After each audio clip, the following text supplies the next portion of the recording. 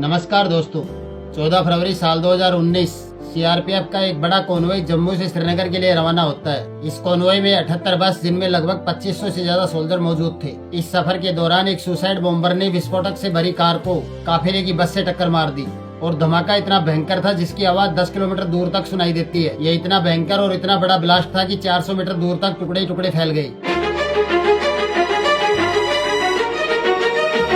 जिस भी सोल्जर ने उस रात मोबाइल का यूज किया, गोली सिर्फ उसी पर चली क्योंकि स्नाइपर लाइट देखकर गोली मार रहा था।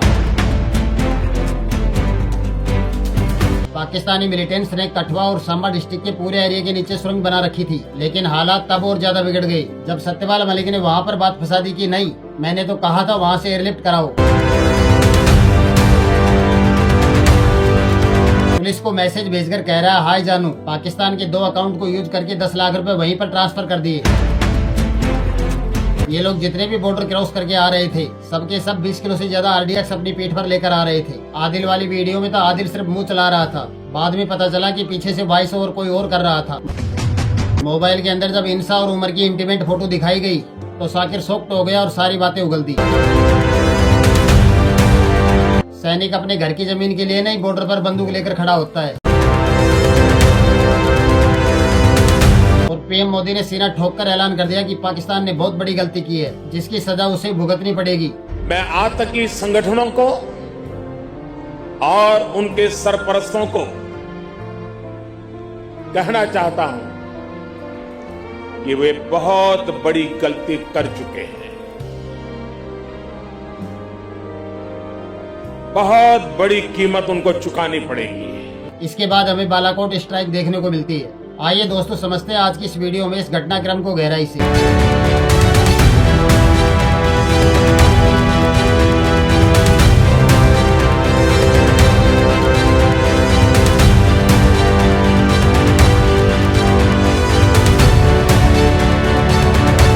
दरअसल होता क्या है दोस्तों, 31 दिसंबर 1999 को कंधार हाईजैक वाली घटना की वजह से भारत को मसूद अजहर को अफगानिस्तान के अंदर छोड़ना पड़ा था। अब मसूद अजहर को अफगानिस्तान में छोड़ तो दिया गया था, लेकिन छोड़ने के 2 महीने बाद यानी मार्च 2000 में मसूद अजहर पाकिस्तान के बहावलपुर में पहुंचता है और यहां पहुंचने पर पाकिस्तान की ISI इसका जबरदस्त वेलकम करती है। इस मौके पर एक रैली भी निकाली गई। इस रैली के दौरान मसूद अजहर ऑफिशियली रूप से जैश ए मोहम्मद को लॉन्च करता है, जो एक आतंकवादी संगठन है, और कहा गया कि जैश ए मोहम्मद के मेंबर ही कश्मीर को भारत से अलग करने का काम करेंगे। जैश ए मोहम्मद को लॉन्च होने के बाद अगले 5 सालों में ये संगठन कश्मीर में भर्ती वगैरह करता है, उनको ISI से ट्रेनिंग वगैरह करवाता है और उसके बाद कई आतंकी हमलों को अंजाम देता है। इन 5 सालों के दौरान पार्लियामेंट अटैक जैसी कई सारी घटनाएं हमें देखने को मिलती हैं। आने वाले सालों में जैश ए मोहम्मद कश्मीर में अपने प्लान और काम करने के तरीकों को समय समय पर चेंज करता रहता था। हालांकि उनका मेन पर्पस एक ही रहता था, यंग कश्मीरियों को हायर करना, उनको ट्रेनिंग करवाना ताकि भारत पर अटैक करवाया जाए, क्योंकि ऐसा करके ये मैसेज देना चाहते थे कि कश्मीरी भारत के खिलाफ खड़े हैं, इसमें पाकिस्तान का कोई लेना देना नहीं है। इसके बाद आने वाले सालों में जैश ए मोहम्मद कश्मीर में अपनी काफी पकड़ मजबूत कर लेता है,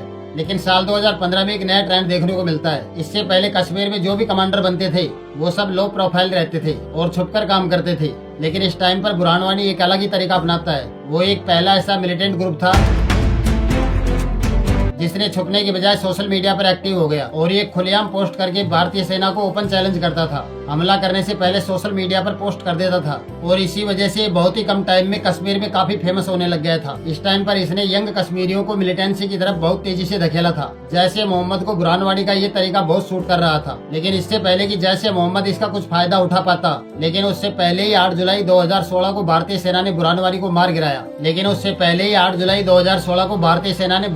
मार गिराया। इस घटना की वजह से कश्मीर में माहौल बहुत ज्यादा खराब हो गया था और ये वही टाइम था जब मसूद अजहर ने डिसाइड किया कि कश्मीर में अटैक करने का ये सबसे सही मौका है। मसूद अजहर तो पाकिस्तान में बैठा हुआ था, उसके 5 सबसे भरोसेमंद साथी थे, उमर फारूक, उस्मान हैदर, तला मसूद, इस्माइल अलवी जिसे लंबू भाई भी कहते थे, और अब्दुल राशिद गाजी। इन 5 में से तला मसूद और उमर फारूक उसी के भतीजे थे जो मसूद अजहर की फैमिली मेंबर ही थे। लेकिन अब बुरहान वानी की मौत होने के बाद मसूद अजहर साल 2017 में तला मसूद को पाकिस्तान से कश्मीर भेजता है और तला को कश्मीर के साउथ डिवीजन का कमांडर बना दिया जाता है और साथ ही उसे जिम्मेवारी दी जाती है कि इस एरिया में ज्यादा से ज्यादा यंग कश्मीरियों को जैश ए मोहम्मद में शामिल करे और साथ ही उसे OGW का मतलब होता है ओवर ग्राउंड वर्कर,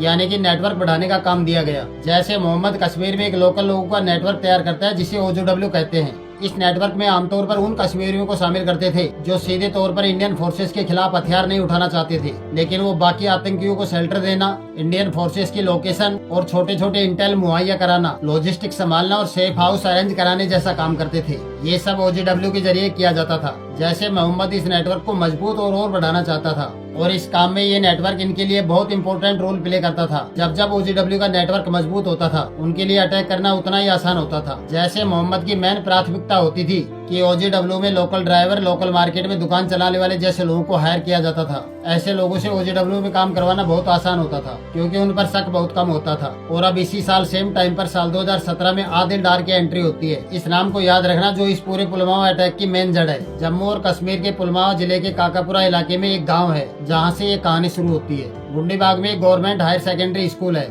जहाँ पर आदिल डार 12th क्लास में पढ़ता था। उस टाइम पर किसी ने नहीं सोचा था कि ये 12th क्लास में पढ़ने वाला लड़का आगे चलकर इतना बड़ा हमला करने वाला है। It's a terrible thing going on right now between Pakistan and India is a very, very bad situation, and it's a very dangerous situation between the two countries.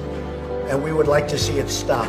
A lot of people were just killed, and we want to see it stopped. We're very much involved in that, yes, if that's what you're referring to. No, I stopped paying Pakistan the $1.3 billion that we were paying them. In the meantime, we may set up some meetings with Pakistan. Pakistan was taking very strong advantage of the United States under other presidents, and we were paying Pakistan $1.3 billion a year. I ended that payment to Pakistan because they weren't helping us in a way that they should have. And honestly, we've developed a much better relationship with Pakistan over the last short period. Pulwama के लेथपोड़ा में उसने 14 फरवरी को अपनी car ramp की, जो Valentine day के रूप में जाना जाता है। लेकिन कई सैनिकों के लिए ये दिन उनके परिवार और प्यार को खोने का दिन बन गया। इसी स्कूल में आदिल के साथ उसके 2 दोस्त भी पढ़ते थे, तौसीफ और वसीम। तौसीफ पूरी तरह से ब्रेन वॉश था। उसका बड़ा भाई जिसने हाल ही में मिलिटेंसी ज्वाइन की थी, लेकिन कुछ टाइम बाद इंडियन फोर्सेस के द्वारा मारा जाता है। तौसीफ ने आदिल और वसीम को प्रभावित करने में इम्पोर्टेंट भूमिका निभाई थी, उनको ये विश्वास दिलाने में कि देखो इंडियन आर्मी कितना गलत कर रही है। और ये तीनों इसी स्कूल में पढ़ाई कर रहे थे। लेकिन अब होता क्या है, एक दिन आदिल स्कूल से लौट रहा था जब गलती से स्टोन पेल्डिंग के केस में इंडियन फोर्सेस उसे अरेस्ट कर लेती हैं। कुछ दिन उसे हिरासत में रखने के बाद उसे छोड़ दिया जाता है। आदिल को उठाने के पीछे कई और भी कारण थे। जब बुरहान वानी मारा गया था तो आदिल और उसके दोस्त रोजाना प्रोटेस्ट में शामिल होते थे और काकापुरा से लेथपोड़ा तक पत्थरबाजी करते थे। और इन्हीं एक्टिविटी के चलते उसे कई बार स्टोन पेल्डिंग के केस में पकड़ा गया था। उसको जेल में भी रखा गया था और कुछ टाइम बाद उसे छोड़ दिया गया था। एक बार तो आदिल के पैर में गोली भी मार दी गई थी और इस चोट के कारण उसे कई महीनों तक बेड रेस्ट करना पड़ा था और हॉस्पिटल में एडमिट रहना पड़ा था। इस घटना की वजह से उसकी स्कूल भी छूट गई थी। कुछ महीनों के बाद आदिल ठीक हो जाता है, लेकिन ठीक होने के बाद वो 2 बड़े डिसीजन लेता है। पहला, वो स्कूल पूरी तरह से छोड़ देता है। दूसरा, वो अंसार गजवात उल हिंद के संपर्क में आ जाता है और उसे ज्वाइन कर लेता है। ये संगठन भी इंडियन गवर्नमेंट के खिलाफ लड़ाई करता था। साथ ही घर चलाने के लिए आदिल ने काम करना भी शुरू कर दिया था। उसके पड़ोसी की एक वुड कटिंग की मिल थी जहाँ पर लकड़ी के बॉक्स बनाए जाते थे। आदिल ने वही काम करना शुरू कर दिया। लेकिन अंसार गजवात उल हिंद के संपर्क में आने के बाद उसका पूरा माइंड वॉश हो चुका था। उस टाइम तक आदिल वुड मिल में काम करता है, लेकिन एक दिन जब वो काम कर रहा था तभी वहाँ का इलेक्ट्रीशियन मुदासिर खान उससे बातचीत करता है।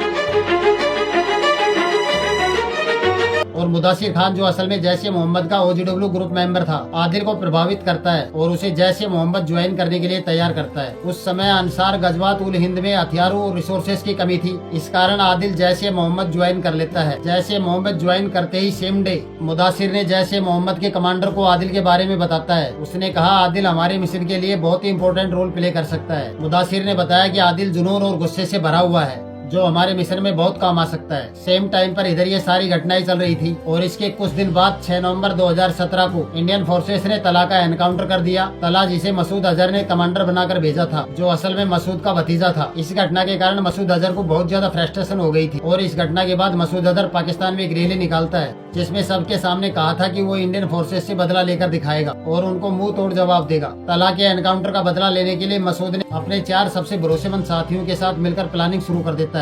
अब इस टाइम पर मसूद अजहर उस्मान और उमर को अपने पास बुलाता है और कहता है कि तला के बाद अब तुम दोनों को कश्मीर में जाकर इस लड़ाई को आगे बढ़ाना होगा और बदला लेना होगा। उस्मान और उमर, जो कंधार हाईजैक का मास्टरमाइंड इब्राहिम अतर का बेटा और मसूद अजहर का भतीजा था। अब ये दोनों इस मिशन के लिए तैयार हो जाते हैं। इस टाइम पर इन्होंने डिसीजन लिया कि उस्मान पहले बॉर्डर क्रॉस करेगा और उसके बाद उमर जाएगा बॉर्डर क्रॉस करने के लिए। लेकिन ये जब भी बॉर्डर क्रॉस करते थे तो अमावस्या की रात को ही करते थे। 11 जनवरी 2018 को उस्मान हीरानगर सेक्टर से LOC क्रॉस करके कश्मीर पहुंच जाता है। कश्मीर में पहुंचते ही वो साउथ कश्मीर का कमांडर बन जाता है। उस्मान की एक खासियत थी, वो एक बहुत ही अच्छा स्पाइनर था। ये रात में मोबाइल की लाइट के आधार पर अपना टारगेट सेट करता था। और उस्मान के कश्मीर पहुंचने के बाद इंडियन फोर्सेस ने एक पैटर्न नोटिस किया। उन्होंने देखा कि जो ऑफिसर उस टाइम मोबाइल यूज कर रहे थे, गोली सिर्फ उन्हीं पर चलाई गई। उस्मान को आने के 3 महीने बाद 13 अप्रैल 2018 को मसूद अजहर उमर को भी भेज देता है। उमर जो ये नाम है इसको याद रखिएगा, जो इस पूरे पुलवामा हमले का मेन मास्टरमाइंड था। उस टाइम पर ये लोग डार्क कलर के कपड़े पहनकर बॉर्डर क्रॉस करते थे। उमर ने तो एक ग्रे केल्विन क्लाइन की टी-शर्ट पहनकर पाकिस्तान के सुखमल की तरफ से एक टनल को यूज करते हुए कश्मीर पहुंच गया। अब यहाँ पर आपका एक सवाल भी हो सकता है कि आखिर ये लोग इतनी आसानी से LOC क्रॉस करके कश्मीर कैसे पहुँच रहे थे? तो क्या इनको रोकने वाला कोई भी नहीं था? दरअसल होता क्या है दोस्तों, LOC का पूरा क्षेत्र जटिल और चुनौतियों से भरा हुआ है। जैसे मोहम्मद ने इस पार से उस पार जाने के लिए LOC के नीचे कई सुरंग बना रखी थी और ये सुरंग लगभग 3 मीटर चौड़ी और 25 मीटर गहरी होती थी। ऊपर से चाहे कितने भी फेसिंग और सिक्योरिटी के इंतजाम कर लिए जाए, लेकिन इन सुरंग के जरिए ये लोग आसानी से सीमा पार कर लेते थे। इन सुरंग को बनाने के दौरान बीच बीच में हल्का फुल्का सीमेंट का यूज किया जाता था ताकि वो दबे नहीं। एंट्री और एग्जिट गेट पर पेड़ लगा देते हैं, जिस कारण से इन सुरंग को पकड़ना बेहद मुश्किल हो जाता है। कठुआ और संबा डिस्ट्रिक्ट के बॉर्डर एरिया में जैसे मोहम्मद ने सबसे ज्यादा सुरंग बना रखी थी, जिन्हें रोकना बहुत ज्यादा चैलेंजिंग बन गया था। लेकिन जब कभी इन सुरंग का पता चलता था तो इनके अंदर से पाकिस्तान के प्रोडक्ट भी मिलते थे। एक बार इन सुरंग के अंदर पाकिस्तान के गुजरानवाला की फैंटा की बोतल भी मिलती है, जिसे आतंकी इस्तेमाल करते हैं। इन सुरंग को यूज करके उमर भी कश्मीर के बैनुला में पहुंच जाता है। इन सुरंग का यूज करके उमर भी कश्मीर के बैनुला पहुंच जाता है। और जैसे ही उमर पहुंचता है, वहाँ पर एक OGW असक अहमद नवग्रह जो पहले से एक ट्रक लेकर उमर का इंतजार कर रहा था और इस ट्रक में आटे की बोरियां भरी हुई थी ताकि उमर उन बोरियों के बीच छिप सके। वहाँ पर एक महाजन फ्लोर मिल थी जहाँ से इन आटे की बोरियों को भरवाया गया था और इस तरह से उमर और उस्मान दोनों कश्मीर पहुँचने में सफल हो जाते हैं। उस टाइम पर कश्मीर में अब्बास रैदर नाम का एक OGW एक्टिव था। उसका काम आतंकियों को सेफ हाउस अरेंज कराना था और इसके लिए उसका बहुत बड़ा नेटवर्क था। जैसे मोहम्मद जब भी POK से किसी आतंकवादी को भेजता था तो अब्बास ही उसका इंतजाम करता था। उनका रुकने का स्थान और समय समय पर सेफ हाउस बदलने का पूरा अरेंजमेंट अब्बास ही देखता था। उस्मान और उमर का अरेंजमेंट भी अब्बास ने किया था। उमर ने कुछ दिनों तक तो 2-3 सेफ हाउस बदले, लेकिन बाद में वो साकिर बसर नाम के एक कश्मीरी के घर को सेफ हाउस बनाकर वहीं रहने लग गया। उमर ने काफी समय तक एक ही सेफ हाउस में रुककर अपनी प्लानिंग बनाई और अपनी सभी एक्टिविटी और तैयारियों को करने के लिए वही इकट्ठा होते हैं। जब उमर सेफ हाउस बदल रहा था तो एक बार उसने पीर तारक अहमद नाम के आदमी के घर को सेफ हाउस बनाकर वहीं रहने लग जाता है। लेकिन नियम के अनुसार सेफ हाउस को हर थोड़े दिन में बदल लेना होता। लेकिन होता क्या है दोस्तों, उमर को पीर तारिक की बेटी इंसा से प्यार हो जाता है और इसी वजह से उमर यहाँ पर सबसे ज्यादा लंबे टाइम तक रुकने लग जाता है। उमर ने इंसा को एक Redmi Note 5 Pro मोबाइल भी गिफ्ट में दिया था। उस टाइम पर जितने भी मोबाइल फोन खरीदे गए थे वो सभी बिलाल बदगाम के गुलशन मोबाइल शॉप से खरीदे गए थे। उस टाइम बाद इंसा को भी अपने मिशन में मिला लेते हैं और ये उनकी उस टाइम की फोटो है जो आप स्क्रीन पर देख सकते हैं। दूसरी तरफ आदिल ने भी जैसे मोहम्मद ज्वाइन कर लिया था एक बड़े हमले की प्लानिंग के साथ। जैसे मोहम्मद ने आदिल और उसके साथ 70 यंग कश्मीरियों को POK में ट्रेनिंग देने के लिए बुला लेता है। इन सभी की ट्रेनिंग बालाकोट और बहालपुर में की गई थी। इतना सब कुछ होने के बाद 19 मार्च 2018 को आदिल और उसके 2 दोस्त अचानक से अपने घरों से गायब हो जाते हैं। तो उनके परिवार वाले उनको कई दिनों तक ढूंढते हैं, लेकिन जब उनका कहीं कुछ पता नहीं चलता तो पुलवामा जिले के काकापुरा पुलिस स्टेशन में उनकी गुमशुदगी की रिपोर्ट दर्ज करवाई जाती है। लगभग 10-15 दिनों तक उनको हर कोई चारों तरफ ढूंढते हैं, लेकिन कहीं कुछ पता नहीं चलता है। लेकिन अप्रैल के पहले हफ्ते में सोशल मीडिया पर एक तस्वीर अचानक से ट्रेंड करने लगती है। इस तस्वीर में आदिल AK-47 के साथ खड़ा हुआ था और ये तस्वीर देखकर हर कोई चौंक जाता है। इस तस्वीर के साथ ही आदिल अनाउंस करता है कि उसने जैसे मोहम्मद ज्वाइन कर लिया है और इसमें ये अपना कोड नेम भी बताता है, वकास कमांडो ऑफ कुंडीबाग। यह आदिल ने अपना कोड नेम बताया था, लेकिन जब ये तस्वीर सामने आई तो भारतीय सेना ने उसे इतना सीरियस नहीं लिया और आदिल को आतंकियों की C कैटेगरी की सूची में डाल देते हैं। A कैटेगरी के आतंकवादी बहुत ज्यादा खतरनाक माने जाते हैं, जबकि C कैटेगरी के आतंकवादी थोड़े कम खतरनाक होते हैं। लेकिन ये C कैटेगरी का आदिल इतना कुछ करेगा ये किसी ने नहीं सोचा था। आगे चलकर आदिल इतना बड़ा धमाका करने वाला था और इसके बाद एक और बड़ा धमाका करने की प्लानिंग करते हैं। इसके बाद ये सब POK से वापस आ जाते हैं, जहाँ पर इनकी स्पेशल ट्रेनिंग करवाई जाती है। इस ट्रेनिंग के दौरान अब्दुल गाजी इनको लीड कर रहा था। इस ट्रेनिंग के दौरान उनको एक कैटेगरी चुनने का ऑप्शन दिया जाता है। ये कैटेगरी थी इस्तिसादी और दूसरी होती थी इंगमासी। ट्रेनिंग में 2 कैटेगरी होती थी, इस्तिसादी और इंगमासी। इस शादी में सुसाइड बॉम्बर की ट्रेनिंग दी जाती है, जबकि इंग मासी में आत्मघाती फाइटर बनने की। आदिल इस शादी वाली कैटेगरी चुनता है और यहाँ से उसे लोडेड RDX के साथ गाड़ी चलाना और आत्मघाती हमले के लिए ट्रेंड किया जाता है। और इस ट्रेनिंग के दौरान अब्दुल राशिद गाजी जो इनको लीड कर रहा था, इस दौरान आदिल का ट्रेनर उसे सबसे ज्यादा पसंद करता है। इसकी दो वजह थी। पहली, आदिल के अंदर भारतीय सेना के प्रति ज्यादा नफरत थी। दूसरी, वो अपनी जान देने के लिए हमेशा तैयार रहता है। जैसे मोहम्मद की लीडरशिप जहां पर अटैक करने की प्लानिंग कर रही थी, आदिल वहीं का लोकल रहने वाला था और इस इलाके का चप्पा चप्पा जानता था वो। जब आदिल की ट्रेनिंग पूरी हो जाती है तो उसे जम्मू संबा सेक्टर वाला जो बॉर्डर है उसको क्रॉस करके वापस कश्मीर आ जाता है। जम्मू संबा सेक्टर के बॉर्डर को पार करके आदिल और उसके साथी कश्मीर वापस आ जाते हैं और अब उस्मान, उमर और आदिल ये सभी लोग कश्मीर पहुंच चुके थे। अब इस टाइम पर हमला होने की तैयारी शुरू हो चुकी थी। NIA की चार्जशीट में भी ये बात मेंशन की गई है कि बॉर्डर पार करने वाले ये लोग अपने बैग में मिलिट्री ग्रेड का RDX लेकर आ रहे थे, जो ओपन मार्केट में नहीं मिलता है। उमर जब आया था तो वो भी अपने साथ करीब 25 किलो RDX लेकर आया था। ये सारा नेटवर्क कश्मीर के अंदर अलग अलग लोकेशन पर फैला हुआ था, जिसे OGW चला रहे थे। ये सारी जानकारियाँ NIA के चार्जशीट में भी दर्ज है। अब बात आती है 30 अक्टूबर 2018 की। इस दिन उस्मान, जो एक स्पाइनर था और मोबाइल की लाइट देखकर अटैक करता था, उसे भारतीय सेना ने मार गिराया। उस्मान की मौत पुलवामा अटैक की योजना के लिए एक बड़ा टर्निंग पॉइंट साबित हुई, जिसने इस हमले को और भी ज्यादा ट्रिगर कर दिया था। मसूद अजहर के दो सबसे इम्पोर्टेंट फैमिली मेंबर तला और उस्मान दोनों को ही मार दिया जाता है। लेकिन जैसे ही मसूद अजहर को ये जानकारी मिलती है तो वो बेहद गुस्से में आ गया और उस दिन उसने उमर को 3 मिनट 49 सेकंड का एक रिकॉर्डेड मैसेज भेजता है। इस वॉइस नोट में उसने साफ कह दिया था कि अब इंतजार नहीं करना है, बदला जल्द से जल्द लेना होगा। इस वॉइस नोट के आधार पर इस पूरे ऑपरेशन को नाम दिया गया था किसास ऑपरेशन। इस ऑपरेशन का मेन पर्पस था बदला लेना। मसूद अजहर उमर से बात करने के बाद अपने सबसे भरोसेमंद बॉडीगार्ड मोहम्मद इस्माइल, जिसे लंबू भाई भी कहते थे, उसको भी कश्मीर भेज देता है और अब इस्माइल भी अपनी पीठ पर 11-12 किलो RDX लेकर कश्मीर पहुंच जाता है। मसूद अजहर BBID बेस्ट फिदाई हमला करने के लिए अप्रूवल ले लेता है। वैसे नॉर्मली कश्मीर में घुसने वाले मिलिटेंट्स को आमतौर पर छोटे छोटे अटैक करने के लिए अप्रूवल लेने की जरूरत नहीं होती थी, जैसे गोला फेंकना हो या किसी इंडियन एजेंसी के इन्फॉर्मर को मारना हो, तो इन सबको मारने के लिए अप्रूवल लेने की जरूरत नहीं होती थी। ये मिलिटेंट्स ऑन द स्पॉट छोटे हमले करने के लिए खुद डिसीजन ले सकते थे। लेकिन जब किसी बड़े कॉन्वॉय या मिलिट्री पर अटैक करने की योजना बनाई जाती थी तो जैसे मोहम्मद की लीडरशिप और पाकिस्तान की ISI से परमिशन लेनी पड़ती है। अब जैसे इस प्लान का अप्रूवल मिलता है तो कश्मीर में मौजूद सभी लोग BBID बेस्ट फिदाई हमला करने की प्लानिंग में लग जाते हैं और इस पूरे ऑपरेशन को अंजाम देने के लिए आदिल डार को सिलेक्ट किया जाता है। अब इस हमले को एग्जीक्यूट करने के लिए रिसोर्सेस और पैसे की भी जरूरत पड़ रही थी, तो मसूद अजहर ने एलर्ट बैंक और मिजान बैंक के 2 खातों में 10 लाख रुपए जमा करवा देता है, जो फिर हवाला के जरिए उमर के पास पहुंच जाते हैं। लेकिन जांच के दौरान कुछ और लेन देन का भी खुलासा होता है, जिसमें एक चेकबुक और व्हाट्सएप चैट की कॉपी भी मिलती है और इन चैट्स के जरिए पैसे इधर उधर किए गए थे। यह उस व्हाट्सएप चैट की ओरिजिनल कॉपी है जो आप अपनी स्क्रीन पर देख सकते हैं। योजना के अनुसार आदिल को एक कार का यूज करके भारतीय सेना के कॉन्वॉय पर BBID का अटैक करना था और अब इस हमले के लिए जरूरी सामान को इकट्ठा करने में लग जाते हैं। क्योंकि हमला बड़ा करना था, इसलिए POK से धीरे धीरे RDX कश्मीर में अलग अलग जगह पर लेकर आ रहे थे। इस हमले के लिए जरूरी सामान इकट्ठा करने में लग जाते हैं क्योंकि हमला बड़ा करना था। अब इस टाइम पर उमर अपने हैंडलर्स को बोल करके सारा सामान एक जगह इकट्ठा करवाना शुरू कर देता है। इसके साथ ही पुलवामा, कुम्मो, अवंतीपुरा और लेथपुरा से सीमेंट माइंस की जेलेटिन स्टिक्स को इकट्ठा करना शुरू कर देते हैं। ये स्टिक्स जो एक प्रकार से कमर्शियल एक्सप्लोसिव होती है, जो कि धमाकों के लिए काफी कामगार साबित होती है। लोकल OGW की हेल्प से 5 से 10 किलो के बैच में 500 जेलेटिन स्टिक्स स्मगल करके इकट्ठा कर लेते हैं और इन स्टिक्स पर सुपर पावर 90s लिखा हुआ था। इसके अलावा 30 किलो सिल्वर एल्युमिनियम पाउडर और एक Boeing machine, 80 kilo ammonium nitrate और काकापुरा मार्केट से नीले रंग का एक प्लास्टिक का ड्रम और अमेज़न से अमोनिया भी मंगवा लेते हैं। और जब ये सारा सामान इकट्ठा कर लेते हैं तो अब यहाँ से इनका अगला काम ये डिसाइड करना था कि इसको असेंबल कहाँ किया जाएगा। तो उमर ज्यादातर साकिर के घर पर ही रहता था या फिर कभी कभी इंसा के घर पर जाता था। उमर बम बनाने के लिए साकिर के घर को मैन अड्डा बनाता है, क्योंकि साकिर के घर की छत पर एक स्टोर रूम था और वहीं पर ये लोग सारा सामान इकट्ठा करवाना शुरू कर देते हैं। साकिर जिसके छत पर ये सब कुछ हो रहा था, उसकी हाईवे पर एक फर्नीचर की दुकान थी, तो उमर ने साकिर को फर्नीचर की दुकान पर बैठा दिया और टास्क दिया जाता है कि हाईवे पर जितने भी आर्मी के कॉन्वॉय आएंगे जाएंगे, उनके हर मूवमेंट को नोटबुक में डेली रिकॉर्ड करना है और हर छोटी से छोटी इन्फॉर्मेशन को आगे पहुँचाना है।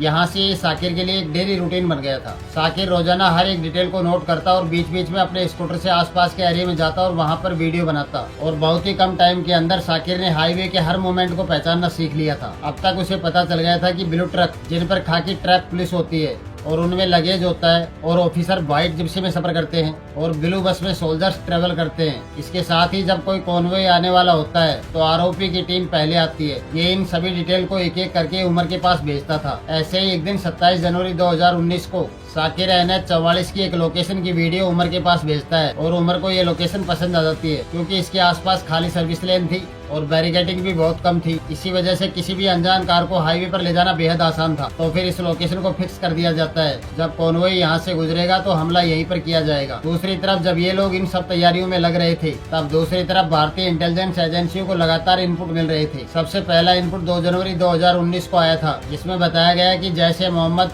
साउथ कश्मीर में किसास मिशन पर काम कर रहा है और ये जानकारी सेम डे जम्मू और कश्मीर के डायरेक्टर जनरल ऑफ पुलिस और इंस्पेक्टर जनरल ऑफ पुलिस के पास भेज दी गई थी। पर उस दिन कुछ भी एक्शन नहीं होता है। लेकिन फिर दूसरे दिन भारतीय इंटेलिजेंस एजेंसी ने एक रिपोर्ट बनाई जिसका नाम इम्पेडिंग डेंजर रखा गया था और इस रिपोर्ट में ये मेंशन किया गया था कि सीआरपीएफ कैंप पर बड़ा हमला हो सकता है। फिर 4 दिन बाद एक और इनपुट आता है कि लोकल यूथ कुछ आईडी का यूज करके हमला करने वाले हैं। ऐसे फिर 18 जनवरी को भी इनपुट आता है कि 20 आतंकी अवंतीपुरा पहुंच गए हैं और हमला करने की प्लानिंग कर रहे हैं। इसी तरह फिर 21 जनवरी और फिर 24 जनवरी को और यहाँ तक कि जिस दिन हमला होने वाला था उसके एक दिन पहले भी इनपुट आया था। कुल मिलाकर 11 इनपुट रिपोर्ट्स आई थी जिसमें बताया गया था कि कोई बड़ा हमला होने वाला है। आप स्क्रीन पर इसको पॉज करके देख सकते हैं कि इंटेलिजेंस रिपोर्ट में क्या लिखा था, लेकिन कोई भी एक्शन नहीं हो पाया। अब इसके बाद ये सारा मटेरियल तो इकट्ठा कर लिए थे लेकिन हमले के लिए एक कार की जरूरत भी थी। तो जनवरी के लास्ट वीक में उमर सज्जाद नाम के एक OGW को टास्क देता है कि एक ऐसी कार खरीद कर लेकर आओ जिसमें 2 बड़े कंटेनर फिट हो सके।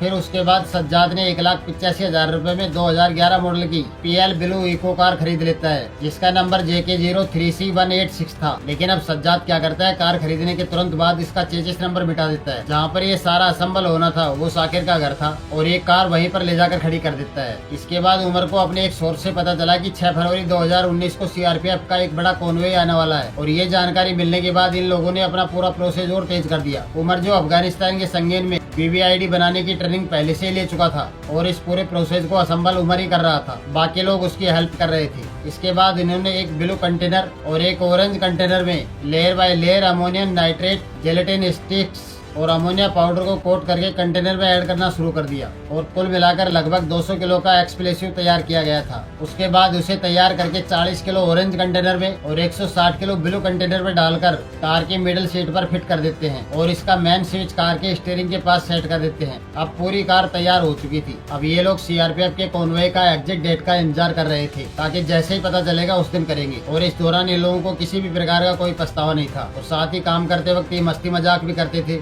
सिल्वर एल्युमिनियम पाउडर जो तैयार करते समय वो अपने बाल, मुंह और कपड़ों पर लगाकर फोटो वगैरह भी खींचते थे और ये उसके ओरिजिनल फोटो है। जब ये सारा प्रोसेस चल रहा था तब ये आदिल को मेंटली रूप से तैयार कर रहे थे ताकि वो कहीं लास्ट टाइम में पीछे ना हट जाए। हालांकि अगर इस केस में आदिल बैकआउट कर भी जाता तो इन लोगों ने यवार अहमद नजर नाम का एक आदमी था उसको तैयार कर रखे थे।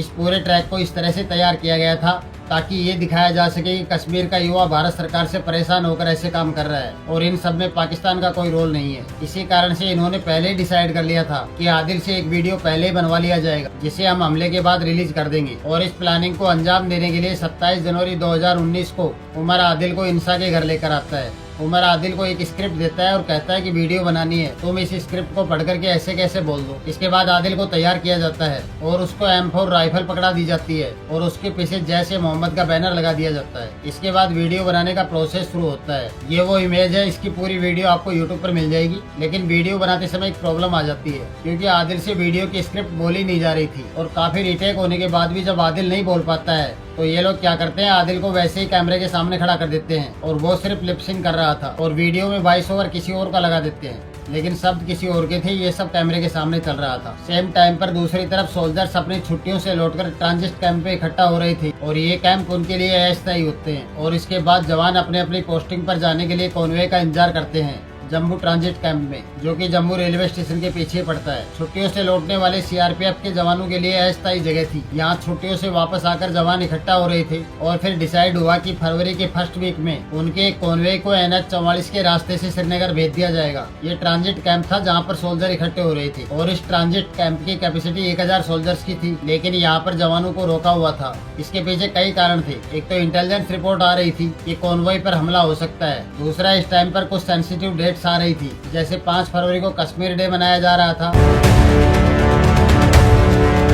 9 और 11 को मकबूल भट्ट और अजमल गुरु की डेथ एनिवर्सरी आ रही थी। ये डेट्स बहुत ज्यादा सेंसिटिव थी। इस दौरान हमला होने के चांसेस ज्यादा थे, क्योंकि सोल्जर्स की संख्या जम्मू ट्रांजिट कैंप की कैपेसिटी को पार कर रही थी। इसलिए इनको रोककर ये तय किया जा रहा था कि कॉन्वॉय को किस तारीख को रवाना किया जाए। मल्टीपल मीटिंग्स होने के बाद ये डिसीजन लिया गया कि 6 फरवरी 2019 को सीआरपीएफ के कॉन्वॉय को श्रीनगर भेज दिया जाएगा और ज्यादा इंतजार नहीं किया जाएगा। लेकिन जैसे ही डेट डिसाइड होती है, उसके अगले दिन 4 फरवरी 2019 को स्नोफॉल शुरू हो जाती है और उसके अगले दिन 5 फरवरी को भी बर्फबारी लगातार चालू रहती है। लेकिन अब भारी स्नोफॉल होने की वजह से NH-44 हाईवे ब्लॉक हो जाता है। इस दौरान 5 फरवरी 2019 को पाकिस्तान के पेशावर में मसूद अजहर एक रैली करता है, जिसमें पुलवामा हमले की बात की गई थी और ये वही रास्ता था जिससे सीआरपीएफ का कॉन्वॉय गुजरने वाला था। इन सभी परिस्थितियों को देखते हुए कॉन्वॉय को रोक दिया जाता है। जम्मू ट्रांजिट कैंप में सोल्जर्स की संख्या लगातार बढ़ रही थी। ऐसी सिचुएशन हो रही थी, तभी जम्मू और कश्मीर के उस टाइम के गवर्नर सत्यपाल मलिक ने आगे चलकर एक इंटरव्यू में कहा कि उन्होंने भारत सरकार को कहा था कि जवानों को एयरलिफ्ट करा लेते हैं,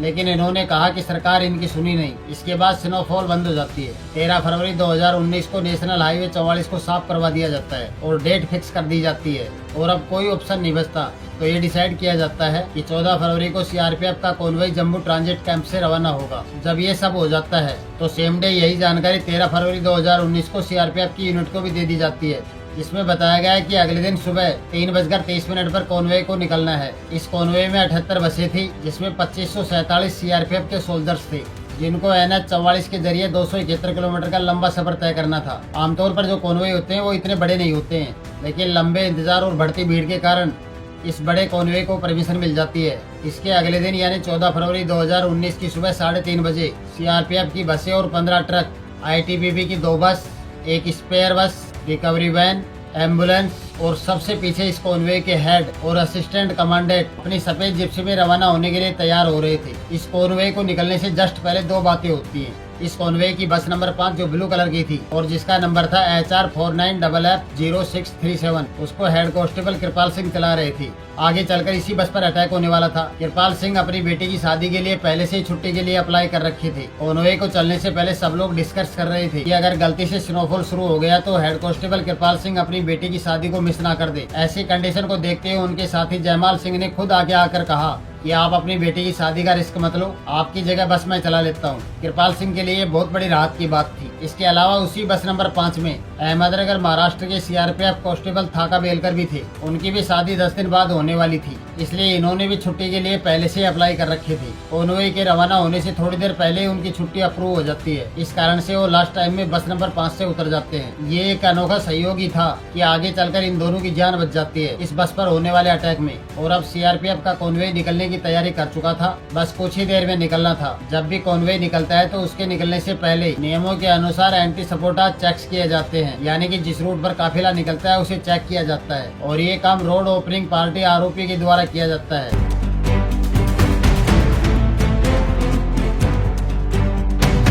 दरअसल इसमें होता क्या है, कॉन्वॉय के चलने से पहले इस रोड पर कुछ सोल्जर्स पहले भेजे जाते हैं। अब आगे आरोपी का काम होता है कॉन्वॉय के रूट को पूरी तरह से चेक करना और सुनिश्चित करना कि कहीं कोई प्रॉब्लम तो नहीं है। जब आरोपी पूरी तरह से रूट को सिक्योर कर देती है तब कॉन्वॉय को आगे बढ़ने की परमिशन मिलती है। इस स्पेशल कॉन्वॉय के लिए आरोपी की टीम ने NH-44 हाईवे के 10 किलोमीटर के हिस्से में 262 माइलस्टोन से 272 माइलस्टोन तक चेक करना था। तो आरोपी की टीम इस रूट को चेक करके 10 पॉइंट्स पर अपनी पोजीशन ले लेती है। इसमें एक पॉइंट था लाडू मोड़ के पास 272 माइलस्टोन पर। असिस्टेंट सब इंस्पेक्टर मोहनलाल और उनकी टीम को सुबह 7:15 पर डिप्लॉय कर दिया गया था, ताकि किसी भी प्रकार की सेंसिटिव एक्टिविटी होती है तो तुरंत एक्शन लिया जा सके। अब इस टाइम पर इधर तो ये सब चल रहा था, दूसरी तरफ उमर पूरी तरह से तैयार था और इंतजार कर रहा था कि कब सीआरपीएफ का कॉन्वॉय NH-44 पर आएगा। दूसरी तरफ साकिर बशीर जो NH-44 पर अपनी फर्नीचर की दुकान से रेकी कर रहा था, उसने देखा कि आरोपी का डिप्लॉयमेंट हो रहा है। साकिर तुरंत समझ जाता है कि आज कॉन्वॉय आने वाला है और ये जानकारी मिलते ही साकिर ने उमर को वहीं से फोन करके बता दिया कि तुम तैयार हो जाओ। उमर और उसके सारे लोग तुरंत एक्टिव हो जाते हैं। इधर अब कॉन्वॉय निकलना शुरू करता है और थोड़ी देर बाद श्यामा प्रसाद मुखर्जी टनल को क्रॉस करके पीरा पहुंच जाता है। अब तक कोई परेशानी नहीं थी। इससे पहले पीरा के इस एरिया में ये वो जगह थी जहाँ पर कॉन्वॉय लंच के लिए रुकते थे, लेकिन इतने इंटेलिजेंस इनपुट आने के कारण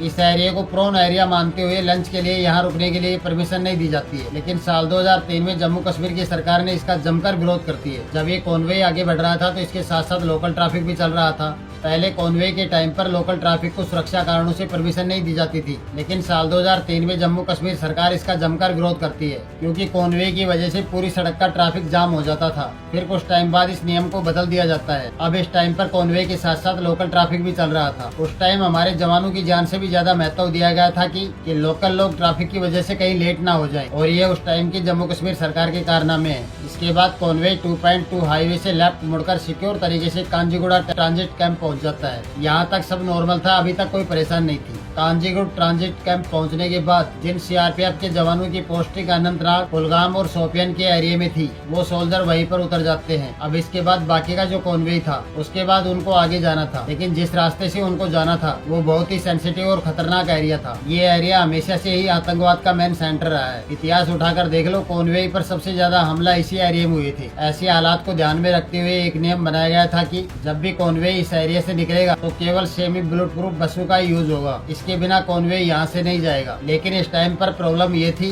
कि सिक्योरिटी पर्पस के लिए मौजूद सेमी बुलेट प्रूफ बसें मात्र 15 ही थी और सोल्जर्स की संख्या काफी ज्यादा थी। ऐसी सिचुएशन में ऑफिसर मजबूर थे कि वो नॉर्मल बसों को आगे चलने की परमिशन देनी पड़ती है। ऐसी सिचुएशन को देखते हुए ऐसा करना जरूरी था। लेकिन अब होता गया, बस नंबर 5 जो बुलेट प्रूफ नहीं थी, कांजीगुड़ ट्रांजिट कैंप से निकलने के लिए तैयार थी। लेकिन जैसे ही कॉन्वे चलने लगता है तो बस नंबर 5 में बैठे सीआरपीएफ के कांस्टेबल सुरेंद्र यादव को पीछे से उनके दोस्त आवाज मारने लगते हैं। दरअसल वो लोग इनको अपने पास बुला रहे थे। दोस्तों की आवाज सुनकर सुरेंद्र परेशान हो जाते हैं और बस से उतरकर उनके पास चले जाते हैं। लेकिन इनको इस टाइम पर बिल्कुल भी आइडिया नहीं था कि आगे चलकर क्या होने वाला है और उनकी जान बचने वाली है। अब कुछ ऐसा होने वाला था जिससे इतिहास हमेशा के लिए बदलने वाला था। और इस बस में बैठे सोल्जर्स इस बात से बिल्कुल अनजान थे, क्योंकि कुछ पलों के बाद बस नंबर 5 तबाह होने वाली थी। सुरेंद्र यादव को उतरने के बाद बस में 39 सोल्जर बचे थे और अब 2:42 पर कॉन्वे कांजीगुड़ ट्रांजिट कैंप से निकल जाता है और बस के अंदर सब लोग नॉर्मल थे। कोई गाने सुन रहा था, एक सोल्जर्स वीडियो कॉल पर बिजी थे और कुछ आपस में बातचीत कर रहे थे। और सेम टाइम पर आरोपी की टीम अपनी योजना के अनुसार अलग अलग पॉइंट से सपोर्ट कर रही थी और ये टीम हाईवे पर दोनों साइडों में अलर्ट पर खड़ी थी और अब कॉन्वे लगातार आगे बढ़ रहा था। अब दूसरी तरफ उमर ने आदिल को साकिर के साथ वाली कार में बैठाकर भेज देता है, लेकिन कार थोड़ी दूर चली थी कि हाजीबल ब्रिज आ जाता है। यहाँ पर साकिर आदिल से गले मिलता है और आदिल अपनी आदिल को साकिर के साथ वाली कार में बैठाकर भेज देता है। अब कार थोड़ी दूर चलती है और हाजीबल ब्रिज पर पहुंच जाती है। यहाँ पर साकिर और आदिल दोनों गले मिलते हैं और आदिल अपनी घड़ी उतारकर साकिर को देता है निशानी के तौर पर, जब मैं मर जाऊंगा तो ये तुम्हें मेरी याद दिलाएगी। और फिर इसके बाद आदिल हाजीबल ब्रिज से कार लेकर अकेला ही ड्राइव करते हुए वहाँ से निकल जाता है हमला करने के लिए। अब आप अपनी स्क्रीन पर देख सकते हो, ये है वो पूरा एरिया जो पुलवामा डिस्ट्रिक्ट के अंदर आता है। इसमें ये पूरा नेशनल हाईवे 44 है जो जम्मू से श्रीनगर की ओर जाता है और इसी हाईवे पर सीआरपीएफ का कॉन्वे चल रहा था। हाईवे के साइड में एक और रोड है जो नेशनल हाईवे 44 में कनेक्ट होती है और इसको लाडू मोड़ के नाम से भी जानते हैं। इस पॉइंट पर एएसआई मोहनलाल अपनी ड्यूटी कर रहे थे। इसके अलावा ये दूसरी रोड हाजीबल ब्रिज की ओर से आ रही थी। आदिल इसी ब्रिज से आगे की तरफ बढ़ता है, जबकि दूसरी ओर सीआरपीएफ का कॉन्वे नेशनल हाईवे 44 पर आगे बढ़ रहा था। तब यहाँ से जब आदिल इस रोड से आगे बढ़ रहा था, लेकिन जैसे ही आदिल आगे बढ़ता है तो सामने पुलिस बैरिकेडिंग दिखाई देती है। इस कारण से आदिल यहीं से यूटर्न लेकर लाडू मोड़ से NH 44 की तरफ निकल जाता है। लेकिन जब तक आदिल वहां पहुंचता है तब तक सीआरपीएफ की 1-2 बस वहां से पहले ही निकल चुकी थी। जैसा कि मैंने आपको पहले बताया था कि एएसआई मोहनलाल लाडू मोड़ वाले पॉइंट पर मौजूद रहकर पहले से ही निगरानी कर रहे थे, तो अचानक उनकी एक कार पर नजर जाती है। इस कार को देखकर वो चौकन्ना हो जाते हैं और एक बात नोटिस करते हैं कि ये कार जो आदिल चला रहा था ये सामान्य रूप से तेज स्पीड में आगे बढ़ रही थी। मोहनलाल ने गौर किया कि कार कॉन्वे के बीच में घुसने की कोशिश कर रही है। कार चलाने का तरीका और उसकी स्पीड को देखकर मोहनलाल सावधान हो जाते हैं, तो एएसआई मोहनलाल को इस कार पर 2:50 पर शक हो जाता है और सेम टाइम पर कार को देखने के तुरंत बाद वायरलेस और सीआरपीएफ की वॉकी टॉकी पर एक कोडेड मैसेज 44 फ्लैश होने लगता है जो एक हाई अलर्ट सिग्नल देता है। इतना सब देखने के बाद सब चौकन्ने हो जाते हैं। एएसआई मोहनलाल तुरंत सीटी बजाकर इस कार को रोकने की कोशिश करते हैं, लेकिन आदिल इस कार को रोकने की बजाय इसकी स्पीड और तेज कर देता है। एएसआई मोहनलाल कार का पीछा करते हुए उस पर फायरिंग शुरू कर देते हैं और जैसे ही फायरिंग शुरू होती है तो आदिल की कार 3 बसों को छोड़कर बस नंबर 5 में जाकर टक्कर मार देती है। इसके बाद वो कार को लेफ्ट राइट करने लगता है और 3:15 पर ये कार 272 माइलस्टोन पर पहुंच जाती है। अगर मैं एग्जैक्ट लोकेशन की बात करूं तो जम्मू कश्मीर के पुलवामा डिस्ट्रिक्ट की पंपोर तहसील के लेथपुरा गांव के पास जाकर ये बस को टक्कर मारकर ब्लास्ट कर देता है और ये अटैक इतना बड़ा था कि बस नंबर 5 पूरी तरह से खत्म हो जाती है। इसके आगे पीछे की बसें पूरी तरह से डैमेज हो जाती हैं और जब धमाका हुआ तो धमाके की आवाज करीबन 10 किलोमीटर दूर तक सुनाई देती है। 500-600 मीटर दूर तक बस के टुकड़े और सोल्जर्स के बॉडी पार्ट जाकर गिरे थे। अब इससे और ज्यादा मैं आपको बता नहीं पाऊंगा। बस की फोटो देखकर आप अंदाजा लगा सकते हो कि अंदर बैठे सोल्जर्स के साथ क्या हुआ होगा। इस हमले में 39 सीआरपीएफ के जवान और एक एएसआई मोहनलाल जो कार का पीछा कर रहे थे, कुल 40 सोल्जर शहीद हो गए। इसके अलावा 20 से ज्यादा जवान घायल हो जाते हैं। ये कोई नॉर्मल घटना नहीं थी, बल्कि ये बहुत बड़ा हमला था। अब जैसे ही पुलवामा में ये सब होता है तो rescue team, counter terrorism, CRPF, Chandigarh और दिल्ली से सीएफएसएल की टीमें तुरंत लोकेशन पर पहुंच जाती हैं।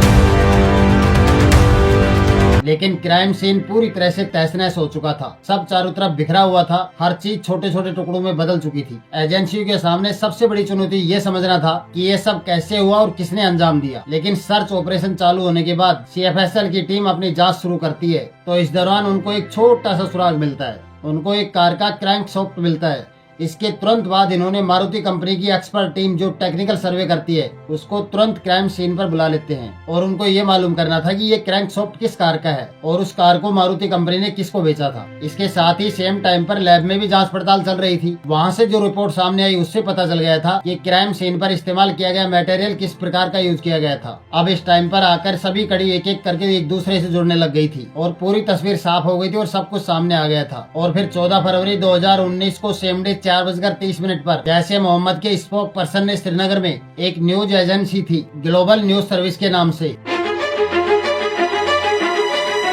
उनको व्हाट्सएप पर एक वीडियो भेजता है और ये वही वीडियो थी जिसमें आदिल दिखाई दे रहा था। अब जैसे ही न्यूज एजेंसी इस वीडियो को लाइव करती है तो ये वीडियो तेजी से वायरल होने लग गया और जल्दी सिक्योरिटी फोर्सेस के पास भी पहुंच जाती है। जैसे ही सिक्योरिटी फोर्सेस ने इस वीडियो को देखा तो वो तुरंत समझ गए कि ये तो आदिल है, क्योंकि इससे पहले भी इसको कई बार अरेस्ट किया जा चुका था और इसको सी कैटेगरी की लिस्ट में डाल रखा था।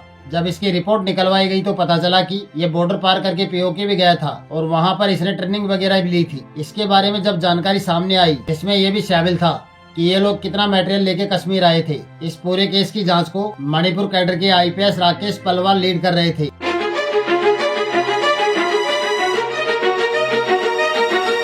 वो आदिल वाली वीडियो को कई बार चलाकर देखते हैं, लेकिन जब इस वीडियो को बार बार देखते हैं ये तो इनको इस वीडियो पर डाउट हो जाता है कि इस वीडियो में वॉइस ओवर किसी और का किया हुआ है, क्योंकि वीडियो सिंक नहीं हो रही थी और इसी की वजह से इनको डाउट हो रहा था कहीं ऐसा तो नहीं हमला पाकिस्तान की तरफ से किया गया हो और सिर्फ कश्मीर के आदिल से वीडियो बनवा ली गई हो ताकि ये दिखाया जा सके कि हमला कश्मीरी यूथ ने किया है। और इस डाउट को क्लियर करने के लिए सेम डे 14 फरवरी 2019 को इस वीडियो को अमेरिका की FBI में भेज दिया जाता है और FBI ने भी इस मामले में काफी हेल्प की थी और खुलासा किया कि जिस व्हाट्सएप अकाउंट से आदिल का वीडियो भेजा गया था वो एक कश्मीर की लेडी है जमीला, उसकी ID पर सिम लिया हुआ है। इसके साथ साथ FBI ने ये भी बताया कि इस वीडियो में वॉइस ओवर किसी और ने किया है। ये जानकारी इस केस को समझने में काफी हेल्प की थी। जब भारतीय एजेंसियां जमीला को ढूंढने पहुंची तो पता चला कि वो तो ऑलरेडी मर चुकी है। इस बीच FBI ने व्हाट्सएप अकाउंट को जो यूज कर रहा था उसकी लोकेशन ट्रैक की तो पता चला कि ये लोकेशन LOC के उस पार मुजफ्फराबाद की निकली। इसके साथ ही ये भी पता चला कि पुलवामा हमले की प्लानिंग करने वाले लोग इस व्हाट्सएप अकाउंट के संपर्क में थे और यहीं से पहली बार एक ऑफिशियल प्रूफ मिला था कि इस घटना के पीछे साजिश करता पाकिस्तान है। और अब जैसे ही पाकिस्तान का नाम सामने आया तो भारत ने तुरंत एक्शन लिया, जिसमें पाकिस्तान के एक्टर, सिंगर सबको बैन कर दिया जाता है और भारत ने पाकिस्तान के साथ ट्रेड करना भी बंद कर दिया। G7 देशों की फाइनेंशियल एक्शन टास्क फोर्स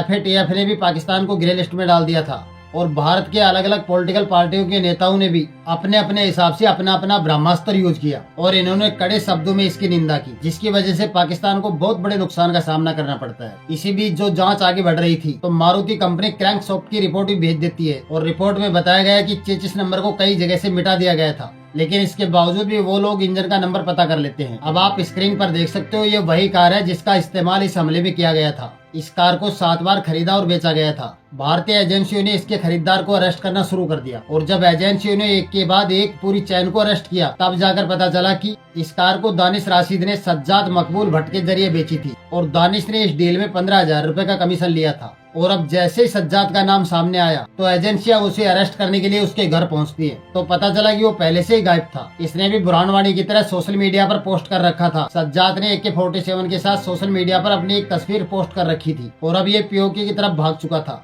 अब सज्जाद का कहीं पता नहीं चलता है तो एक बार जांच फिर से रुक जाती है। और अब ये वही टाइम था जब पूरे भारत में बहुत ज्यादा गुस्सा था। एजेंसियों के पास टाइम बहुत कम था, लेकिन पाकिस्तान का नाम लेने से काम नहीं चलता, उसके लिए सॉलिड प्रूफ भी इकट्ठा करना जरूरी होते हैं। अब इसके बाद एनआईए के ऑफिसर राकेश बलवाल ने सोचा कि क्यों ना जिस जगह ये घटना हुई थी उसके आसपास के एरिया में सर्च ऑपरेशन शुरू करना चाहिए, शायद वहाँ से कुछ अहम सुराग मिल जाए। लेकिन प्रॉब्लम ये थी कि वो इलाका काफी सेंसिटिव था और यहाँ पर जब भी सर्च ऑपरेशन किए जाते थे तो पत्थरबाजी शुरू हो जाती थी। लेकिन अब राकेश बलवाल दिल्ली से स्पेशल परमिशन लेते हैं और इसके बाद 20 जनवरी 2019 को 100 एनआईए के ऑफिसर और 400 सीआरपीएफ के जवानों के साथ मिलकर सर्च ऑपरेशन शुरू कर देते हैं। और ये ऑपरेशन उस जगह से महज 250 मीटर आगे झेलम नदी के पास इनको बर्फ के अंदर एक कार की चाबी मिलती है। उस कार की चाबी पर लिखा हुआ था 1026 और उससे थोड़ी दूर पर कुछ हड्डी के टुकड़े मिलते हैं। अब इसके बाद राकेश बलवाल ने इन हड्डी के टुकड़ों को आदिल के पिता के डीएनए से मैच करवाया जाता है और उनके डीएनए से ये मैच हो जाता है, जिससे ये कंफर्म हो गया था कि ये हमला आदिल ने किया है। जिस कार का इस्तेमाल किया गया था उसकी डिटेल पहले सामने आ चुकी थी,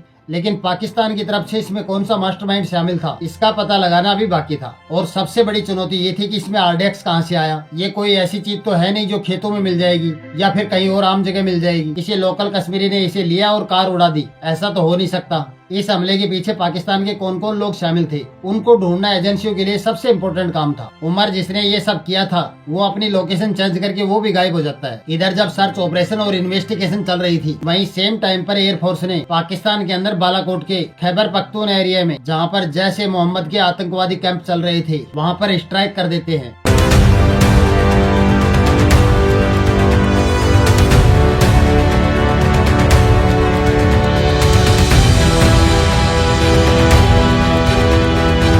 और ये कार्रवाई पुलवामा हमले के जवाब में की गई थी। पुलवामा हमला 14 फरवरी 2019 को हुआ था। इसमें एक आत्मघाती हमलावर ने सीआरपीएफ के कॉन्वेय पर हमला किया, जिसमें 40 जवान शहीद हुए थे। इसके बाद बालाकोट एयर स्ट्राइक ने भारत की आतंकवाद विरोधी नीति को और भी मजबूत कर दिया था। अब होता क्या है, कश्मीर में भारतीय फोर्सेस एक के बाद एक जैश ए मोहम्मद के हैंडलर्स का एनकाउंटर कर रही थी। इसी बीच 18 जून 2019 को वो इको कार जिसने अरेंज कराई थी सज्जाद भट्ट, वो भी मिल जाता है। सज्जाद को मरहमा बीजहारा एरिया में एनकाउंटर के दौरान मार दिया जाता है। लेकिन जैसा कि आपको पहले से ही पता है, इस पूरे हमले का जो मास्टरमाइंड था वो उमर था और ये अभी तक बचा हुआ था। उमर किस तरह से मारा गया ये भी अपने आप में एक बड़ा सहयोग था। दरअसल हुआ क्या था, उमर पहले से ही पुलिस के लिए एक सिरदर्द बन चुका था। वो हमले से पहले कई बार पुलिस वालों को धमकियां देता था रैंडम नंबर से। उमर ने एक बार बहुत पहले एक दिन उसने पुलवामा के एक पुलिस ऑफिसर के पास व्हाट्सएप पर एक मैसेज भेजता है। उस मैसेज में एक पिस्तौल का इमोजी था और नीचे लिखा हुआ था, हाय जानू, मैं तुझे तेरे घर आकर मार दूंगा। ये मैसेज भेजने के बाद ये नंबर स्विच ऑफ हो जाता है, लेकिन उस पुलिस ऑफिसर ने इसको हल्के में नहीं लिया। उसने क्या किया, उस नंबर को अपने फोन में हाय जानू के नाम से सेव कर लिया और साइबर सेल में ट्रैकिंग पर लगवा दिया।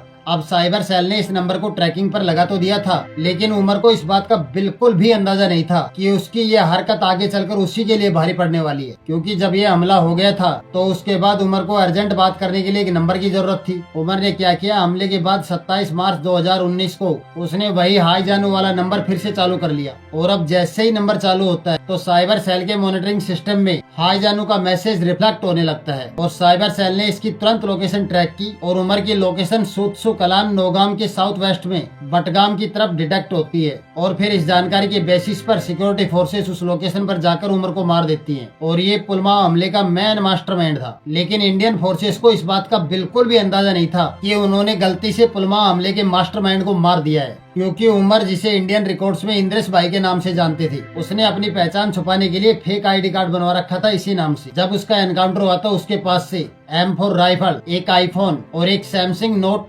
S9 प्लस रिकवर होता है। लेकिन एनकाउंटर से पहले उमर दोनों फोनों को तोड़ देता है और उनका डेटा डिलीट कर देता है। और इसी वजह से पुलिस ने इस एनकाउंटर को उतना सीरियस लिया नहीं। उनका ध्यान अभी भी पुलवामा हमले के मास्टरमाइंड को ढूंढने में लगा हुआ था। उमर के पास जो टूटे हुए मोबाइल फोन मिले थे उनको जम्मू एंड कश्मीर के पुलिस स्टेशन में ले जाकर बस यूं ही रख दिया जाता है, बिना किसी जांच पड़ताल के। और इस दौरान भारतीय एजेंसियां अभी भी उस आदमी को ढूंढ रही थी जो ऑलरेडी मारा जा चुका था। कई महीनों तक लगातार कोशिश करने के बाद जब कोई सुराग नहीं मिलता है तो थक हार कर जुलाई 2019 में एनआईए के हेड राकेश बलवाल कहते हैं कि ऐसे तो कुछ हाथ लगने वाला है नहीं, पुराने केस फिर से खोलते हैं। शायद उनमें से कुछ लीड मिल जाए। इसके बाद सारे पुराने केसों को फिर से खोलने का प्रोसेस शुरू किया जाता है। इसी दौरान राकेश बलवाल का ध्यान हाई जानू वाले केस पर जाता है। उन्होंने सोचा कि ये मामला कोई नॉर्मल नहीं हो सकता। उन्होंने सोचा कि इंद्रेश भाई नाम का ये शख्स शायद कोई बड़ी मछली हो सकता है। राकेश बलवाल का ये मानना इसलिए भी था क्योंकि उमर के एनकाउंटर के दौरान उसके पास से एक M4 राइफल रिकवर हुई थी और ये राइफल आमतौर पर जैश मोहम्मद की लीडरशिप इस्तेमाल करती है, जबकि बाकी मेंबर आमतौर पर AK-47 यूज करते हैं। इसके अलावा उमर एडिडास की टी-शर्ट जैसे महंगे कपड़े पहनता था, जिससे ये संकेत मिलते हैं कि ये कोई नॉर्मल व्यक्ति नहीं हो सकता। इस केस को फिर से रीओपन किया जाता है तो उमर के एनकाउंटर के समय बरामद किए गए फोन पर भी ध्यान दिया जाता है। राकेश बलवाल ने इन फोन को एनालिस करने के लिए भारत की टॉप कंप्यूटर फोरेंसिक और साइबर सिक्योरिटी एजेंसी सर्ट